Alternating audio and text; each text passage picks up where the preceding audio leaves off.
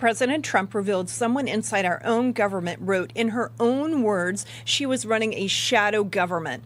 She and her colleagues deliberately kept the President of the United States, the man you and I elected, in the dark. Welcome to the Jenny Beth Show. I'm Jenny Beth Martin.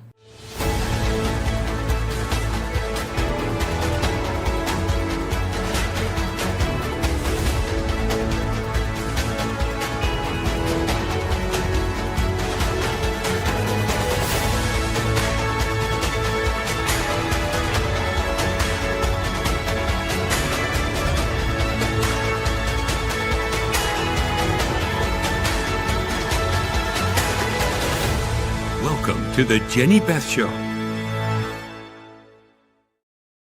Thursday night, President Trump went on national TV and told the American people something that should frighten anyone who is committed to American sovereignty and our way of life as a free people committed to self-governance. President Trump declassified intelligence revealing that China got its hands on personal files of 220 million American voters. Your name, your address, your phone number, the party you belong to, and two of the biggest networks in this country, NBC and ABC, would not even carry the primetime address last week. I haven't had a chance to talk about this with you on the show yet, so let me walk through three things that I saw that I think matter the most and why we must get the Save America Act passed. First, let's watch a few clips from President Trump's speech. Here's the first one. The People's Republic of China carried out what is believed to be the largest compromise of election data in history, resulting in China's illicit acquisition of 220 million U.S. voter files. That information includes names, addresses, phone numbers, political party preferences, and other sensitive data that would be needed to register to vote and engage in other nefarious activities, which is exactly what was happening. This data loss presents an unprecedented election security nightmare. The intelligence even shows that China assigned a data exploitation unit specifically to this new project. Compounding the travesty, the second set of documents we are releasing reveals that members of the deep state, very, very famous group of people, in many cases, in our intelligence agency work to actively suppress and downplay information about the extent of China's sinister election meddling, covering it up from both the president and the American people like nobody thought was possible. First, the intelligence says that a foreign government reached into systems that hold our voter information. It matters even if they changed a single vote. And even if they did not change a vote, it still matters because that means they've got the information and they still could do something nefarious with it in the future. What also matters is that China and other adversaries could hack into our systems in the first place. Because when the voter, and here's the important thing, he was talking about when it comes to hacking, both the voter rolls and also the machines that deal with where you cache your ballots and count ballots. They're usually two different computer systems. So we have to make sure we understand that we're dealing with two different kind of computer systems. And also, very recently, I think yesterday or over the weekend, Elon Musk said that with the changes that are coming with AI and the ability for AI to hack into computer systems, it makes sense to look at moving our balloting system back to paper ballots. So I'm highlighting this because we're dealing with problems from an adversary, and we're also dealing with problems from vulnerabilities with the system. So we've got to make sure that our state and our local officials understand what has happened and that they are able to correct these problems. So that is something that I think is really, really important for us to pay attention to and to understand. hold on just a minute, because I'm glancing down at my notes. It's only common sense that we make sure that we're taking care of this, because it strikes the very heart of American sovereignty and the defense of our constitutional republic. And the good news is, and there's a lot of frustrating things about what he said, but this is part of the good news with what he said. The material is finally declassified, which means that your state and county election officials can actually see what has happened. Republican and Democratic secretaries of state and county clerks need to go back and direct their respective offices to make sure the safeguards are in place to block out the bad actors. So that it's very alarming that China is able to do this, but it's good news that our state and local offices, election offices, know what happened now, have access to declassified information, so they can work to shore up and make sure that their computer systems are more secure. Okay, now, this is the one that got me the most angry. So let's watch this one. But it gets even worse. Raw intelligence obtained by the FBI in 2020, yet buried by rogue bureaucrats, stated that China's activities even included an attempt to manufacture illegal ballots for Joe Biden. Documents show that during this period, dozens of significant CIA and NSA reports about China's election targeting were kept out of the presidential briefing. These were briefings I would get almost every day. Everything was kept out that was of importance.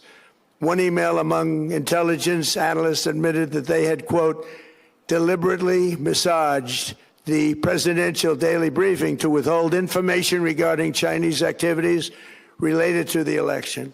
Another official inside the FBI wrote that she was running, quote, a shadow government, unquote, to keep intelligence about China's election meddling from becoming known and to keep it away from the honorable press.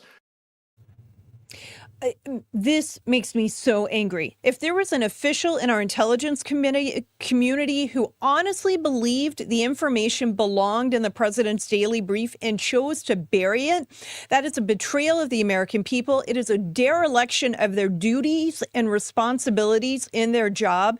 And it is a complete and total betrayal of trust between the American people and the bureaucrats who work for our government.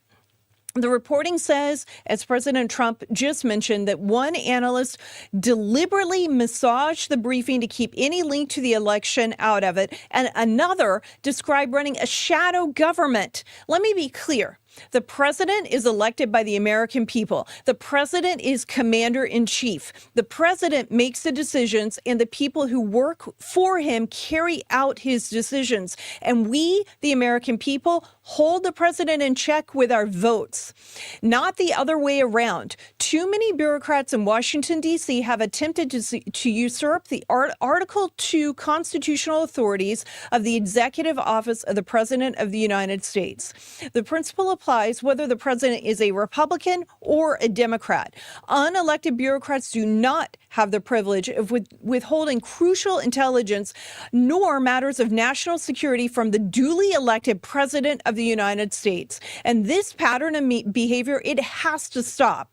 So we have to make sure that it stops. And I urge you to make sure you're paying attention to this and sharing this information with people on both sides of the aisle. It doesn't matter whether the president is President Trump or President Obama or President Biden or President Bush or whoever the next president is going to be. The intelligence community has absolutely no right to do what it did to President Trump back in 2020. Now, let's watch what President Trump said about non-citizen voting, non-citizens being on our voter rolls. Tonight, I'm asking the FBI director to ensure that the matter is fully investigated and to work with the Department of Justice to prosecute those responsible for any crimes. Finally, to reveal just how vulnerable our elections continue to be, we are releasing the results of a stunning investigation by the Department of Homeland Security. According to the DHS review of state voter rolls and public records, they identified approximately 278,000 non-citizens who are registered to vote in federal elections. Since Democrat states refuse to share their voter files, the real number is actually much higher than that. Yet, even this limited analysis found more than 250,000 foreigners illegally registered to vote. Put together, these disclosures reveal an election system so broken and so vulnerable that no one can possibly defend it. It is not defensible. Now we know there are more than 250,000 non-citizens sitting on our voter rolls. The Department of Homeland Security has found them. They did a follow-up press conference on Friday. They highlighted that these numbers are the biggest bulk of the people who are non-citizens on the voting rolls are actually coming from the states who are not complying with the SAVE database. And the states who are complying, they still are finding non-citizens, but it's nowhere like the number coming from California. So put that next to a foreign government treating our voter files like a shopping list, and you tell me that we don't need a law in the books that simply says you have to prove you are a citizen to register to vote, and you need to show an ID before you cast your ballot. It's common sense, and it's essential for national security. The Save America Act will do just that. Proof of citizenship to vote, voter ID to cast a ballot. And it is stuck in Washington in the Senate. It has to pass, and we have to help get it done.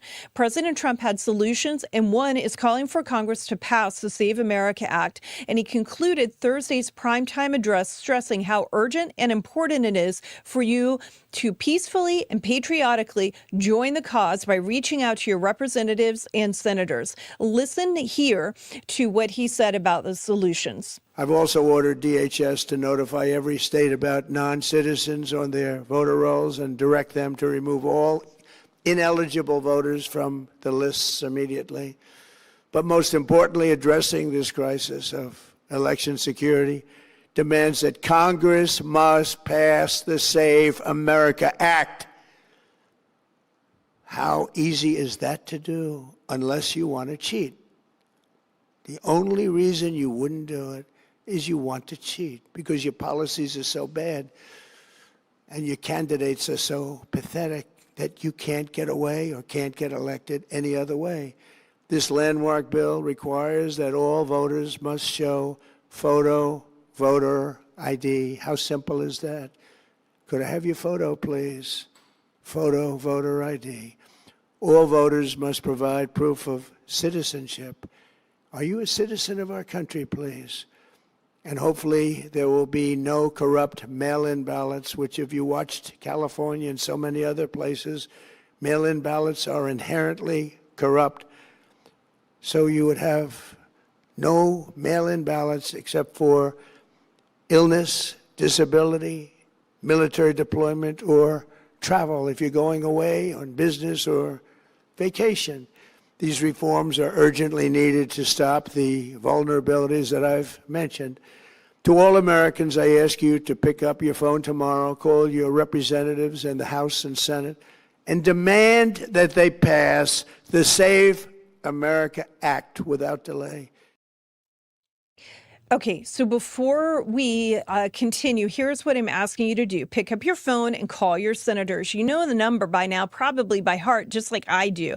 It's 202-224-3121. Again, it's 202-224-3121. You can pause right now and make the phone call and then come back to the show.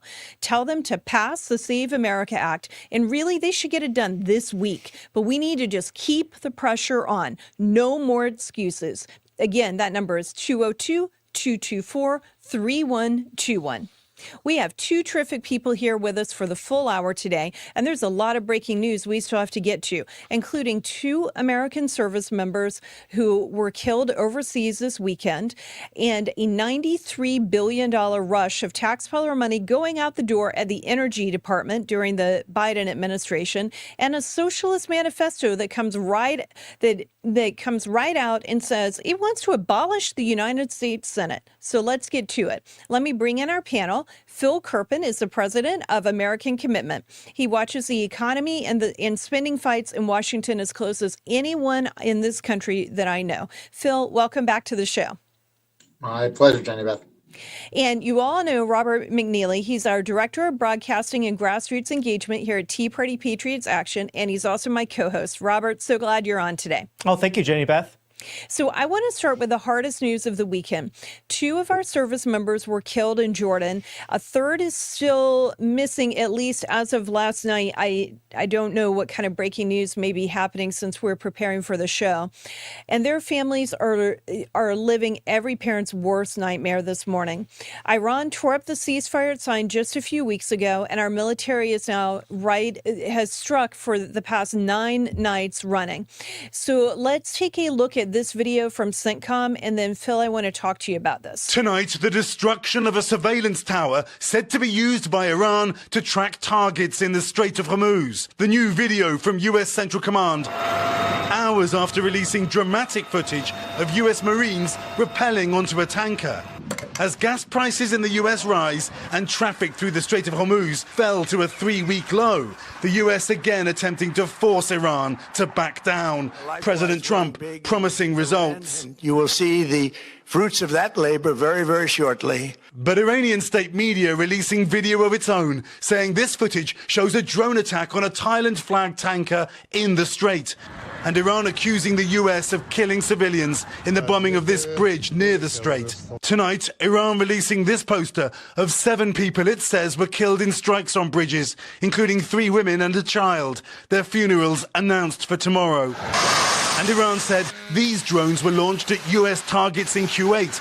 A desalination and energy plant were hit. In 24 hours, Iran targeting 7 US partners and allies in the region. Here, an ammunition depot in Iraq hit. While here in Doha, we heard loud explosions which shook the windows. Qatar says falling debris injured a child. Bill, gas is knocking at $4 a gallon again. Walk people through what this means from an economic standpoint. How does a war on the other side of the world affect the gas pump here at home? And why is what President Trump is doing worth this short-term economic hit? Well, a substantial portion of global crude oil supplies normally travels through the Straits of Hormuz. With the disruptions we've seen in recent months, we have found some ways to route around that, and there are some new ways that oil's getting to market through pipelines and other means. So it's not like it's all been cut off, even when the straits were effectively closed, but it has a huge disruptive effect nonetheless. And global stockpile inventories have been drawn down significantly. Strategic reserves in almost all the Western countries and private inventories have been drawn down. And so we haven't seen the total massive price shock type impact that we would have otherwise seen. But still, remember, the economy was on a really good trajectory before this war. And oil prices, and including gasoline prices at the pump, were down a lot from the highs that we saw under Biden. We had a 2-handle pretty much everywhere. Some places even had a 1-handle. And of course, we've seen a pretty significant spike with this war. But I think it's important to keep in perspective that prices were higher under the Biden spike than they are right now, even though it was peacetime, because of the anti-energy policies that we had in effect at that time. And also, there's a big inflation component built into the prices as well. To really compare, you have to do an inflation adjustment because, of course, the dollar was devalued substantially by all the money printing that we had in the last administration. And so in inflation-adjusted terms, gas prices are probably about 30 or 40 cents lower than they were under Biden. Obviously, it depends on where you are in the country. Now, that's not to say that people aren't feeling economic pain. They are. And of course, we'd like to see the prices come back down as soon as possible.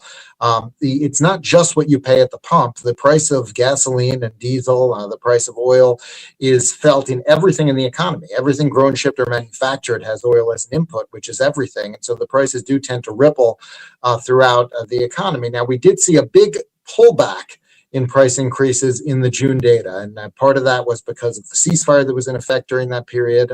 But still, overall, we did see, we saw not just a deceleration, but actually a decline in prices. We actually had negative inflation. Prices actually came down in that month. So that was really positive. Now, whether it's worth it, that's tough. I'm not a foreign policy or a national security guy. I'm more of an economics guy. But I will say that if you give up, if you just say, hey, we're going to let them abuse the terms of the ceasefire so we can get through an election, then everything we've done has been for nothing. So I think this is a president who's going to see through to his strategic objectives and try to mitigate the economic impact in the near term. But, when and if the conflict is over, preferably with all of our objectives obtained, I do think the economy is poised to really take off, because this has been the one huge negative, but otherwise the economic outlook is really good. And so I am hoping that we can get to the all clear at some point and things that will really take off from there. I hope we can get the all clear as well. And you're right. If we allow them to just violate the terms of the ceasefire with no consequence, then everything that they've done up until this point is in vain.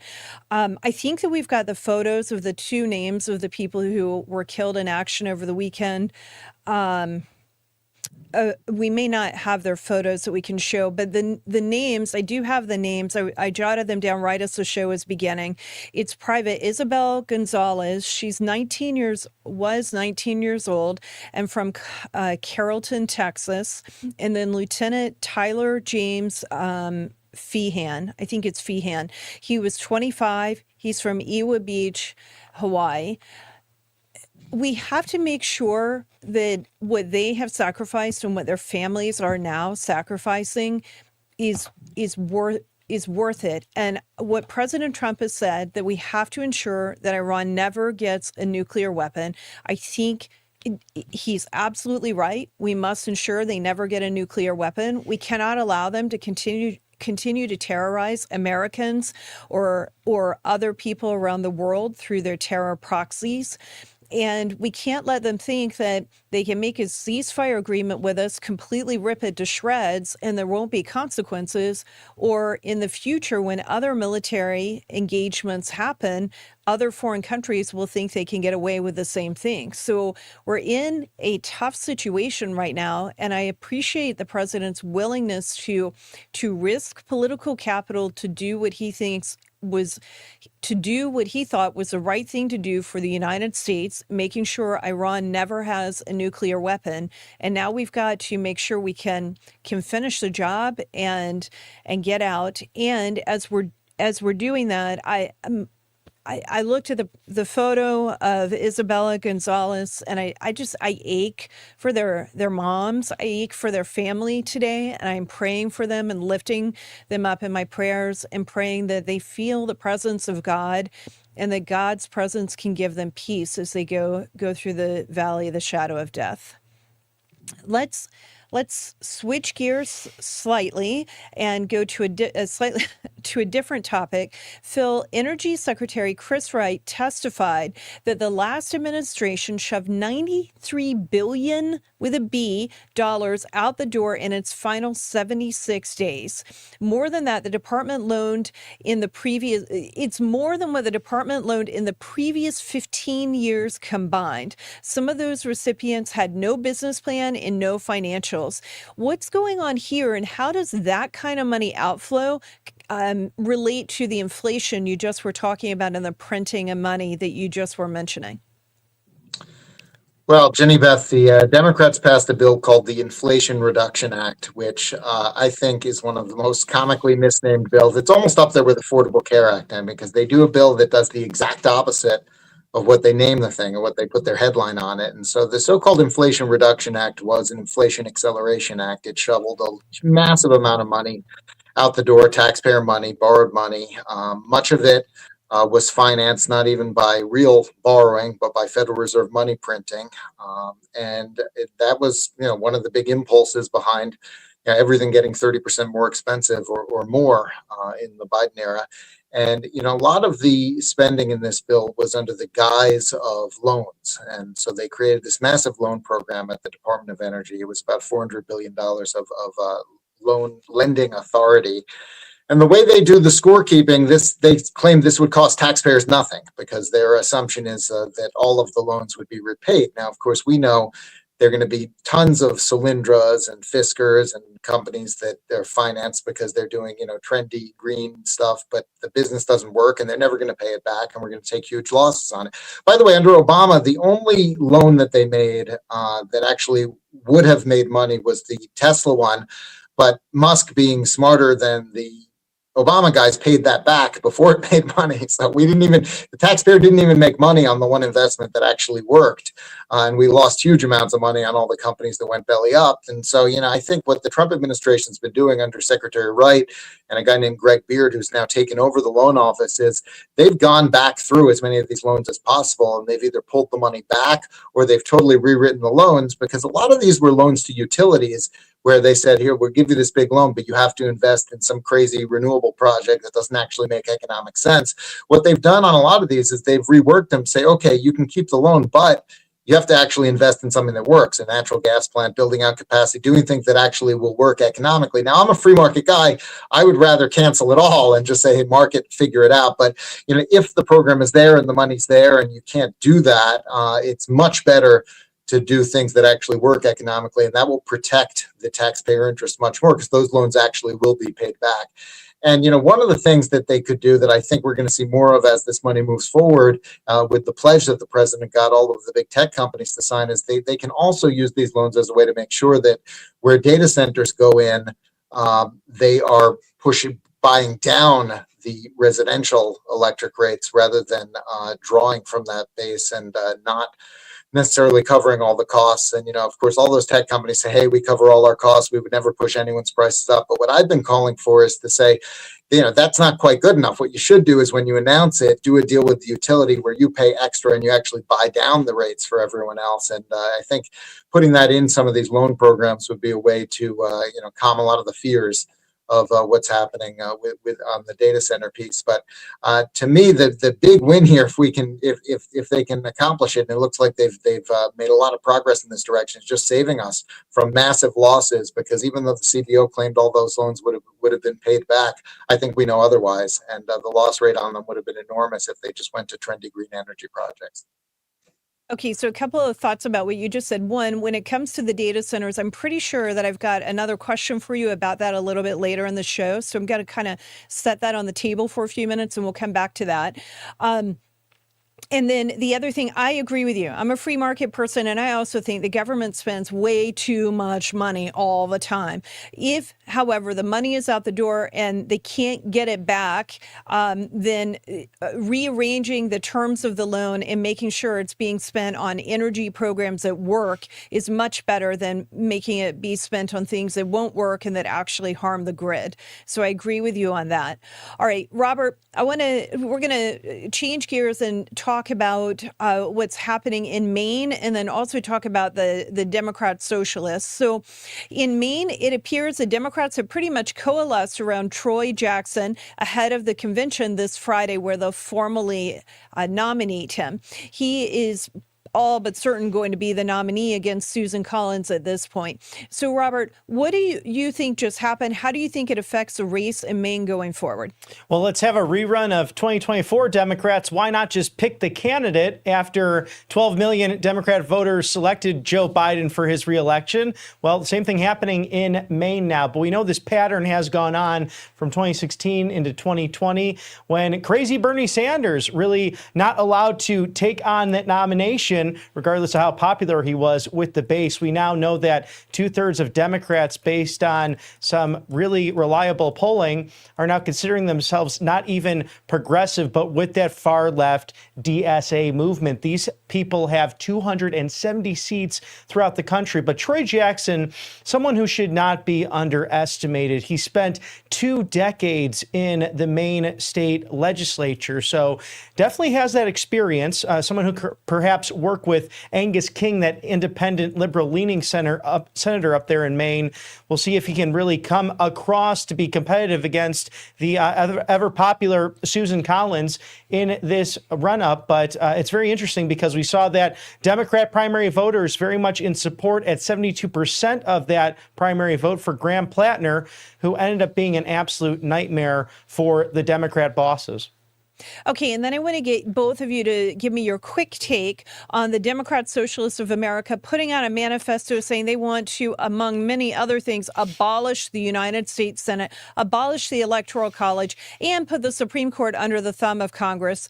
Robert, do you think this is a fringe talking, or is this where the energy of the Democrat Party is? And after you finish, we're going to Phil with the same questions. Well, I want to say it's right on line with what they have to say. When you look at their website, Democrat Socialists of America are pushing this. They want to get rid of the Senate because they find it more democratic to have direct democracy. Of course, it undercuts the very foundation of our nation and the federalism built into our constitutional republic. So we're watching that very closely. And they want to get rid of the presidency as well. So it seems as if with Article 1, they want to enhance it in this superpower of a unicameral branch of government, and then, of course, stack the court. And many elements have wanted to do this in the Democrat Party, dating back to FDR when he was president, at least with stacking the court. So this is something that's very consistent, and I'll take them at their word. And Phil, what do you think about what we're seeing from the Democrat Socialists? And also, let me ask you one more question. I want to know what you think about their manifesto and their thoughts about abolishing the Senate and the Electoral College. A lot of people in the press are trying to compare them to the Tea Party movement in the beginning. And I think there's a huge difference between what they are standing for versus what the Tea Party movement stands and stood for. We wanted constitutionally limited government. We want more of the Constitution, not less of it. And you were there with me day in and day out at the very beginning of the movement. So that's why I'm asking you this question. Yeah, I mean, to me, it's the difference between, wanting to restore the American system of government and economics as we understand it, and wanting to destroy it, trash it, eliminate it, go with something completely different, which is what I believe they're for. And, it's not just that they want to destroy the basic features of our constitutional system, which is bad enough. And by the way, I'm not clear on how they think that we would survive as a single country if they basically steamrolled the protections that smaller states have and kind of the constitutional arrangements that made the country possible, other than some really disturbing authoritarian vision in which everyone would be forced to comply. It's hard to see how that would work. But, it's not just the political arrangements and the constitutional structure that they want to abolish. They also want to abolish the economic system. And you look at all of the policies that they've put forward, and there's such a big difference between their economic agenda and the traditional Democratic economic agenda. Now, I disagree with both. But with the traditional Democratic economic agenda, what did they do? They piled on regulations and they piled on taxes. And when we said, hey, you're going to put people out of business, or you're going to destroy this business model, or you're going to make it, they said, no, this is great. Businesses will be able to live with it. It's no problem. Now we've got with the DSA agenda, people who give a very different answer. When we say, oh, this will put people out of business, they say, great. We want them out of business. Government should take it over. You look at the rent control agenda in New York City under Mamdani, and they've basically said, we're going to put these rent controls in. If that means we get rid of all the private landlords, great, because we'd love to have the city running all of the housing. Now, ignore the fact that the city-owned housing is a total disaster. It's a very different and much more disturbing vision, I think, when you're dealing with people who are fine with their regulations and their taxes destroying private industries completely because they view everything as better run by the government. And I think a lot of the traditional Democratic policies might have had that effect, but at least they denied it. At least they tried to claim that they weren't in favor of that and that they believed in a market system. Now we're dealing with an element of the Democratic Party that's gaining massive momentum that is openly hostile to our basic political system, our constitutional arrangement of institutions, but also to our basic economic system. And I think that's what makes it so dangerous. Yeah, I think that they are extremely dangerous. We have to take their capability of organizing within the Democrat Party right now very seriously. And we've got to make sure that we're paying attention to what they're saying and educating our fellow Americans on it, because the polling does show that most Americans don't agree with them. But we're going to have to make sure they understand that some of these nominees are not traditional Democrats at all. They truly are socialists, and separate the two. We definitely have our work cut out for us between now and November, and I think over the next several years. All right, we're going to take a very quick break, and we'll be right back.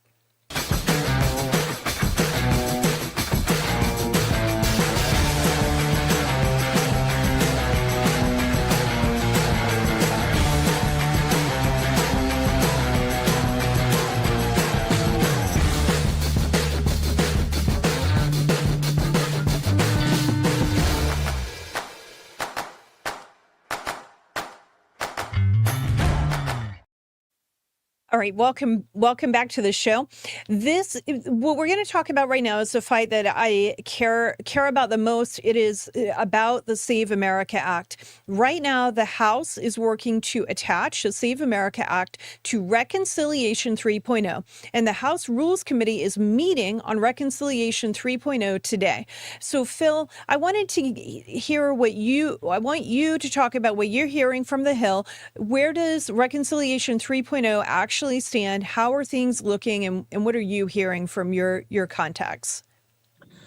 Well, they've written a budget resolution. The budget resolution is the first part of the process. It sort of defines which committees are involved and what the dollar amounts are so that they can write the reconciliation bill to it. And the way that they wrote this budget resolution is much narrower than some of us wanted. So there will not be any tax provisions. There will not be any healthcare provisions. They've limited it just to increasing defense spending to backfill some of the resources that were spent in the Iran war.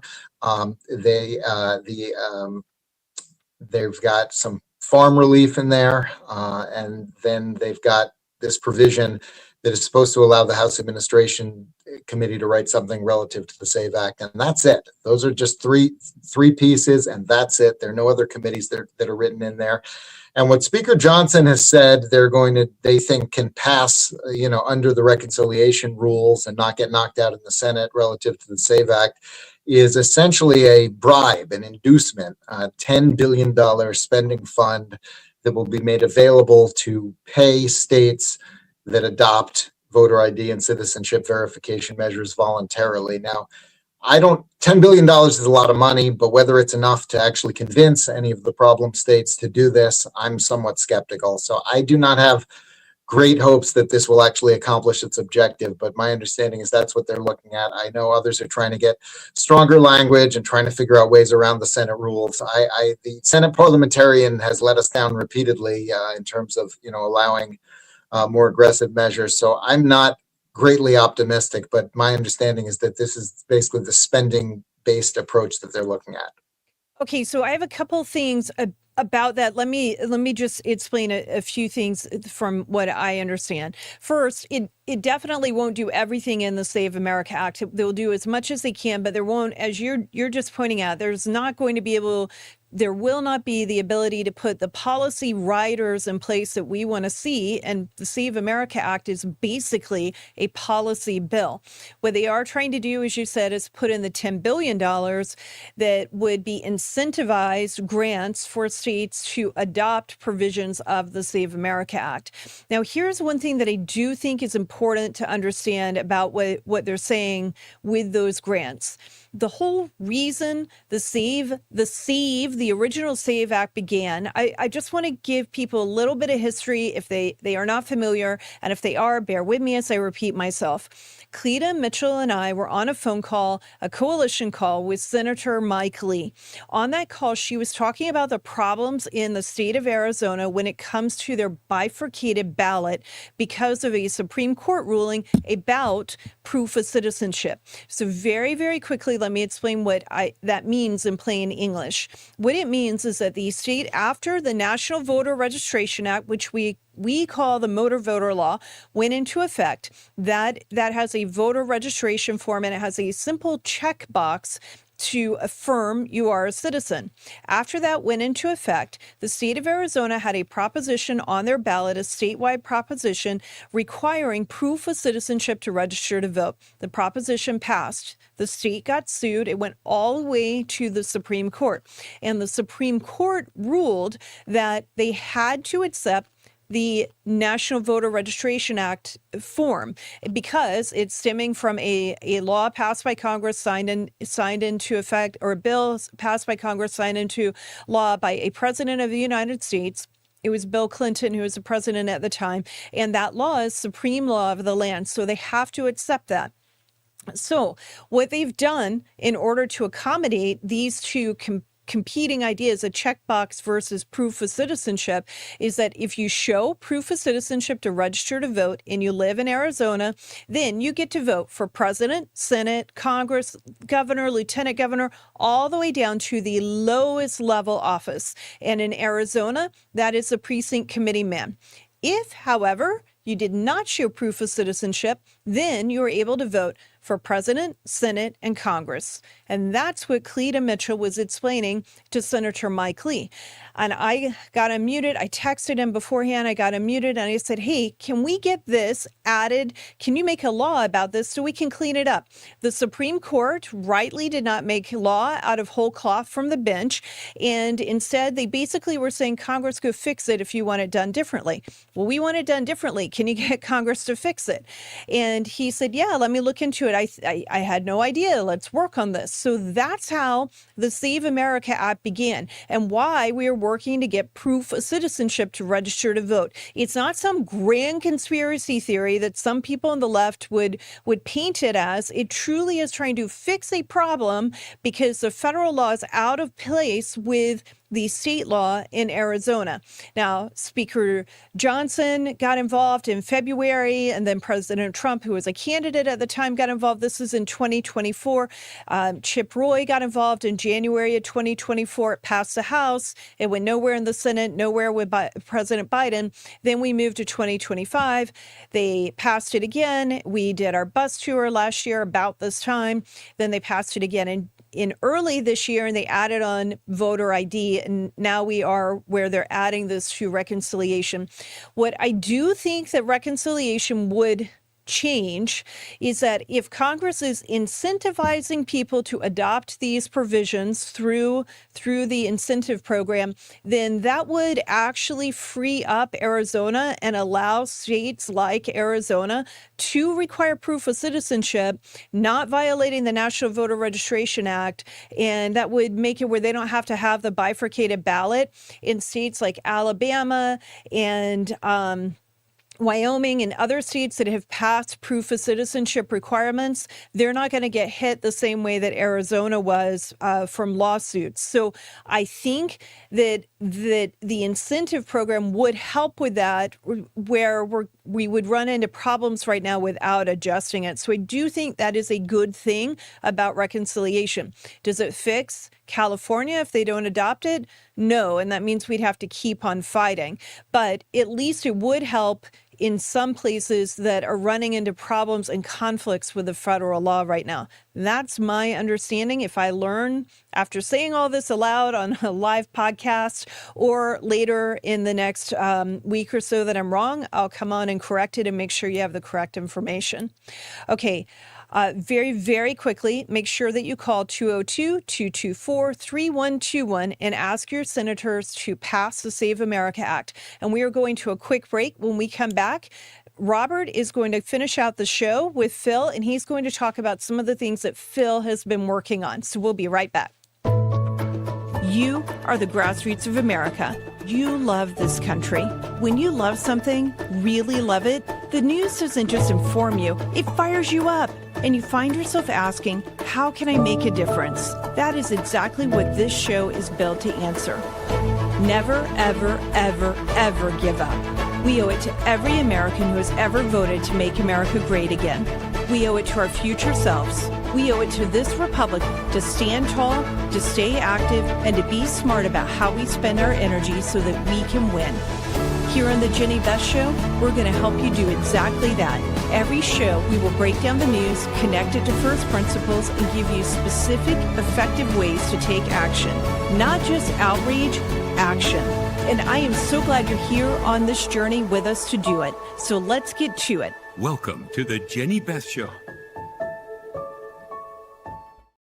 Phil, thanks for sticking with us today as we dive into so many different topics across the country and right in Washington, D.C. Quickly, the Senate goes home in August. Of course, they have a nice break without moving this Save America Act. What happens in between now and the midterms if it's not successful?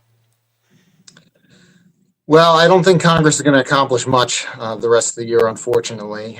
They are going to leave for that August recess. They probably will not get a government funding bill done before that, which means they're going to come back in September, and it's going to be, oh my God, we're looking at a shutdown at the end of the month. Then they will or will not pass something by the end of the month. Most likely we will get some kind of a brief shutdown, although maybe they'll avoid it with some kind of continuing resolution. But the prospects for doing actual legislation, they get very dim because people want to go home to campaign. And so they'll somehow or another resolve the government funding debate, and then they'll leave. They'll come back after the election and maybe do a few cleanup things, but they're not going to accomplish much unless they legislate.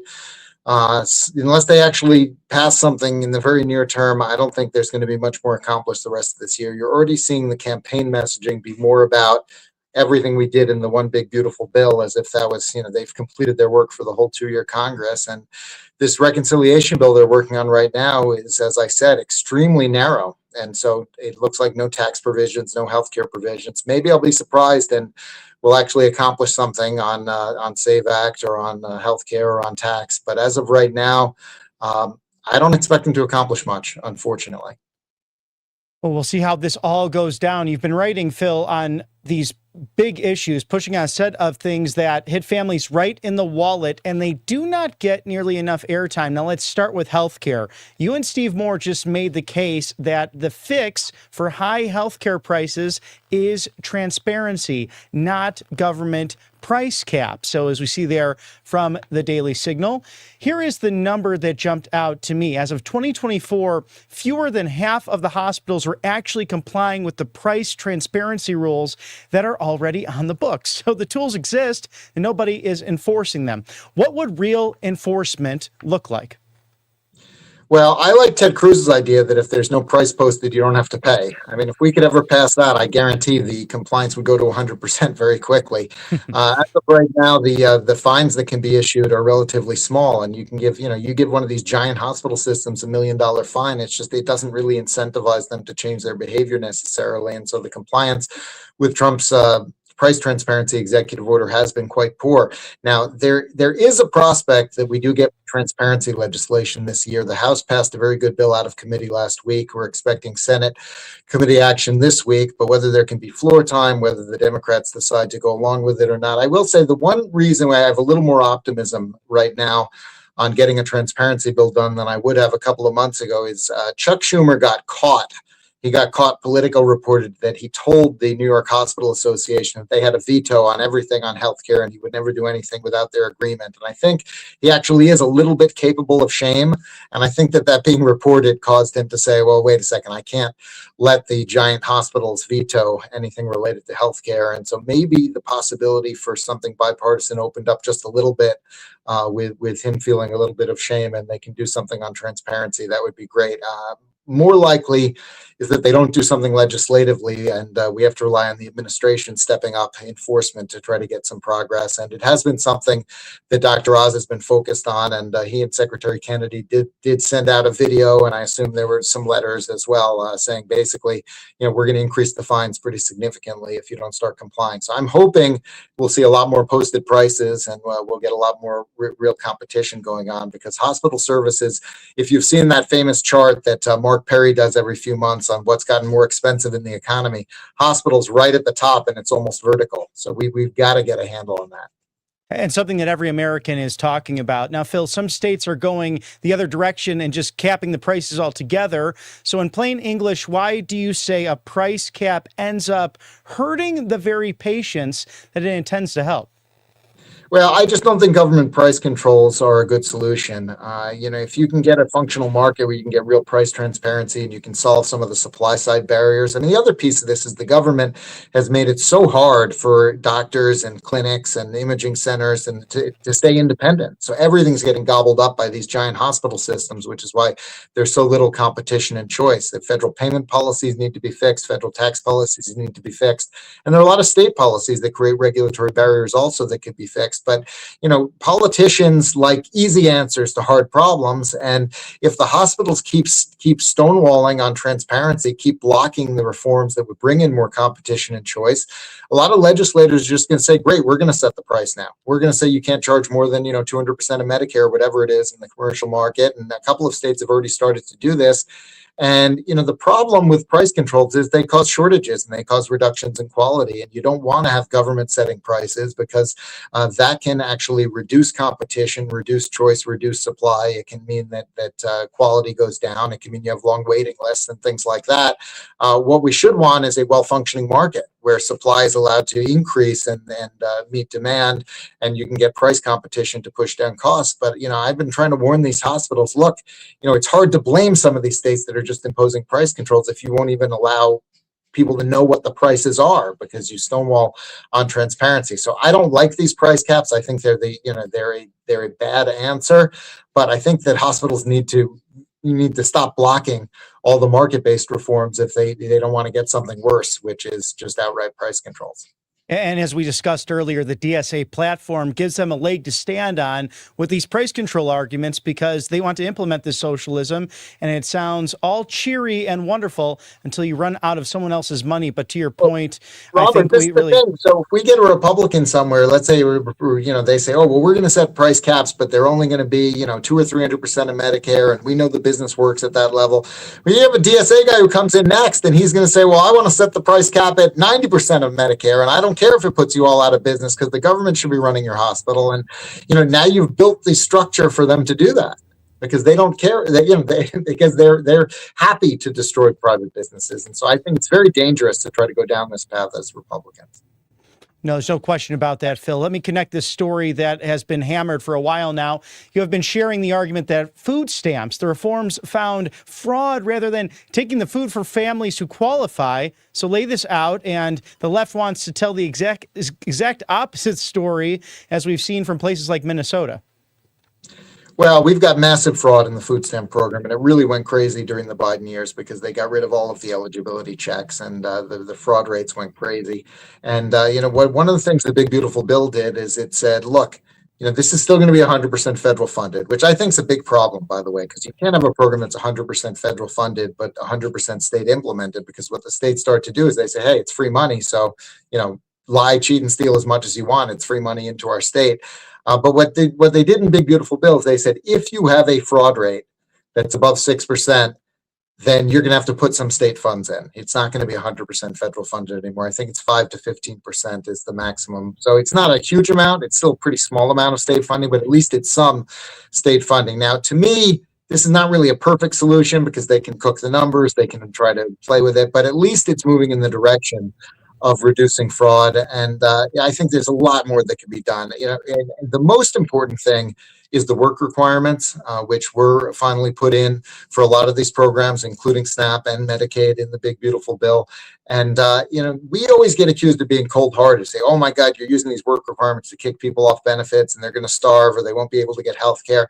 And the right way to think about it is actually the opposite. We want work requirements because we want people to have to get up every day and go somewhere, even if it's just a job training site or whatever volunteer work, whatever it is that's qualifying. But you want people to know you're going to have to get up and go to work somewhere every day, no matter what, because if they have to do that, most of them are going to find a job that's going to pay them enough to get on the ladder of economic opportunity and over time get off these programs. They end up much better off, as well as saving the taxpayer money. And so that's why the work requirements are so important. And there was recently a study from HHS that looked at the work requirements as applied to Medicaid, and they found that the work requirements in the Big Beautiful Bill will reduce the number of people living in poverty by 1.5 to 2.9 million people because of this incentive to get people off of these programs and into the workforce. So the work requirements are really an anti-poverty program, as well as being a way that's to save taxpayers money. Well, and President Clinton and his administration argued this back in the 90s. Welfare reform, it makes sense. Phil Kerpen, president of American Spectator, thank you so much. You actually cover more real ground that touches people's lives than anyone I personally know. So I'm grateful that you spent your part of the day with us this Monday. Thank you, everybody. Please follow Phil at Kerpen. Thank you again, Phil Kerpen, for joining us here on the Jenny Beth Show. Now, we also would like to go to a quick promo before we close. We'll be right back here. We'll continue now with the Jenny Beth Show, because this week really matters with the Save America Act. Go to a photo ID to vote. We need this to happen here in Congress. We've been talking about it all the time here on the show. Call your senators today, 202-224-3121. Tell them to pass it before they go home for August. And go to teapartypatriots.org and join the Only Citizens Vote Coalition. Only citizens get to decide elections. Now, let me leave you with something good, because there was a lot of good that happened this weekend, too, right here in America. The World Cup came to the United States, and the whole world came to see it. Millions of people from every corner of the earth spent their summer in our great country, and they got to see the real America, our hospitality, our energy, the greatness of this country up close. And last night, Spain beat Argentina in extra time, and President Trump handed the trophy himself to the champions. One final act on this incredible summer of soccer for Rodri to lift the trophy and for the celebrations to begin both here and overseas.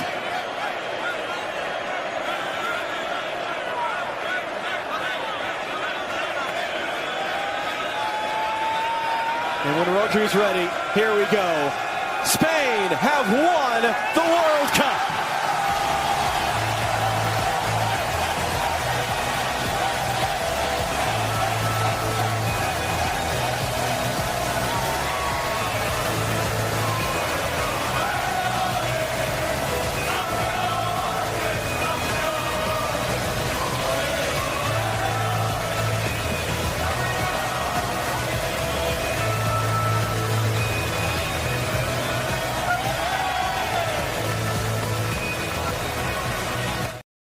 And what a time it was here in Atlanta, Georgia, as one of the host cities there in New York and New Jersey for the celebrations. But here's a little bit later on the tarmac talking about all of it as the president headed home to Washington, D.C. I thought FIFA was incredible. There has never been anything like it, probably in terms of an event, let alone soccer or football, whatever you want to call it. But I thought it was incredible. It was 4 times greater than any FIFA ever held. And it's probably about 5 times, actually, they're telling me today. So we're very proud of our country. We're very proud of the job that was done by everybody. We congratulate Johnny Infantino and all of his staff and the incredible job they did. But this was one of the greatest events of any kind ever held. So we're really happy that it did so well. And all over the world, people have come and they've loved our country. You know, shown off our country in a different light. And it was a great thing. It was a great event, and I'm glad you all enjoyed it. Now, as we continue celebrating America 250, it is worth noting that today is the 57th anniversary of the Apollo 11 mission, first bringing human beings to the moon. Neil Armstrong, Michael Collins, and Edwin Buzz Aldrin set in motion the dreams and goals of President Kennedy's call to go to the moon. It was a privilege being our nation's capital for the 50th anniversary back in 2019, where NASA, in conjunction with the federal government, actually featured the footage from the landing brightly displayed on the Washington Monument. Really a first, which helped lead to celebrations like we saw over this past 4th of July. So let's take a look at the past and where it's leading Artemis and the 21st century explorers today. Okay, let's go there. Capcom on the hot fire. Okay, all flight controllers going around the horn. Gonna go for undocking. Okay, retro, go. Fido, go. Guide, go. Control, go. Telcom, go. Jinsei, go. Ecom, go. Surgeon, go. Capcom, we're go for undocking. Armstrong, Aldrin, and Collins arrived at the moon on Saturday, July 19th. When we did get close and we rolled out and saw it for the first time, it was a revelation. It was gigantic. It filled our entire window. The next day, Sunday, July 20th, was landing day. And a lot of anticipation. We finally come to the day, the moment that this is about to commence. Landing on the moon was absolutely the most difficult piece of any Apollo mission, okay? Think about it as a controlled fall out of lunar orbit. The problem is, in this controlled fall out of orbit, you only have enough fuel for one try. Capcom, we're go for landing. Altitude 4,200. Houston, you're go for landing, over. The trajectory had been wrong. They were targeted into this inhospitable place. Then they had to fly over this area at a high forward velocity, then pitch up to slow down so that kill their forward velocity, and then start down like a helicopter. So now we're critical fuel state. And that's why the 60-second call was given, and then the 30-second call. Then I really got nervous, was calling out 25 seconds of fuel left, and then 20 seconds of fuel. Oh, jeez. Okay, engine stop. HPA at a descent. Boat control, both auto, descent engine command override off. Engine arm off. 413 is in. We copy you down, Eagle. Listen, Tranquility Base here. The Eagle has landed. Roger, Tranquility. We copy you on the ground. You got a bunch of guys about to turn blue. We're breathing again. Thanks a lot. The landing to me was a great celebration. The nation was almost euphoric. Well, it proved that the United States could accomplish tremendous goals if they worked together as a team.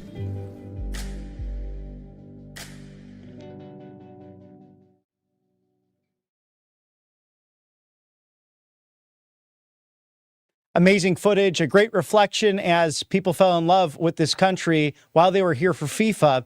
That's worth holding on to, even in a week that is heavy with many concerns, not only here at home, but abroad. We honor the service members who gave up their lives this weekend to make our world safer and a better place. We keep that pressure on the Senate for the Save America Act, and we remember that this is still the country the whole world wants to come see. Two things before we close. Congratulations to Vice President and Mrs. Vance on the birth of their fourth child. JD and Usha are blessed with a big family, as it is the first time in 150 years where a sitting vice president has had the birth of a child while in office. Congratulations once again on a healthy baby boy. And thank you for joining us here on the Jenny Beth Show today. Heed the call of President Trump, Jenny Beth Martin, and the countless Patriots by making that call this afternoon, 202-224-3121. And I'll see you next time on the Jenny Beth Show. For Jenny Beth Martin and the entire team at Tea Party Patriots Action, I'm Robert McNeely. May God bless you, and God bless the United States of America. If you enjoyed today's conversation, go ahead and hit like and subscribe. It really helps us reach more people who care about liberty and the Constitution. You can find this and other episodes at jennybethshow.com, as well as Facebook, YouTube, Rumble, Instagram, X, and your favorite podcast platform. The Jenny Beth Show is hosted by Jenny Beth Martin. The Jenny Beth Show is a production of Tea Party Patriots Action. For more information, visit teapartypatriots.org.